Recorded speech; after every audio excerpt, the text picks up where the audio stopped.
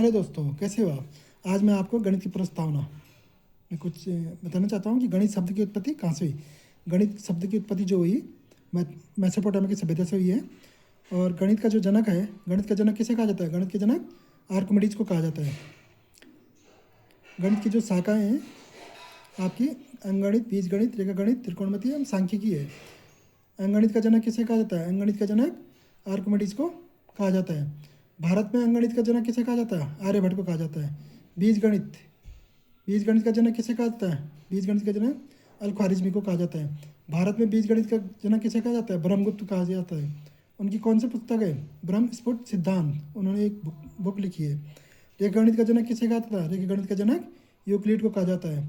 भारत में रेखागणित का जनक किसे कहा जाता है? बोधायन को। बोधायन सुलभ सूत्र की रचना की। सुलभ का मतलब होता है रस्सी, रस्सी से मापने की डोरी, सुलभ। त्रिकोणमिति का जनक किसे कहा जाता है?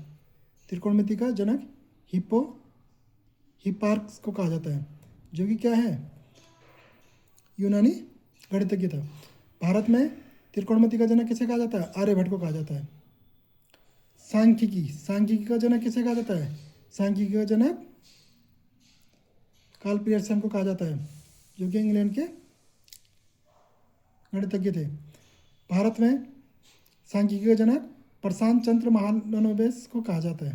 प्रशांत चंद्र महालनोबिस, जिन्होंने क्या किया था? ISI, इंडियन स्टैटिस्टिकल इंस्टीट्यूट की स्थापना की, जो कहाँ है? कलकत्ता में। इन्होंने राष्ट्रीय नमूना सर्वे भी का निर्माण भी में महत्वपूर्ण योगदान दिया। NSS, national sample survey. Statistical शब्द का सबसे पहले प्रयोग किसने किया? गॉटफ्राइड एकेनवाल। ये बहुत ही इंपॉर्टेंट क्वेश्चन है आपके, जो कि किसी भी कंपटीशन में 1 मार्क्स का आते ही आता है।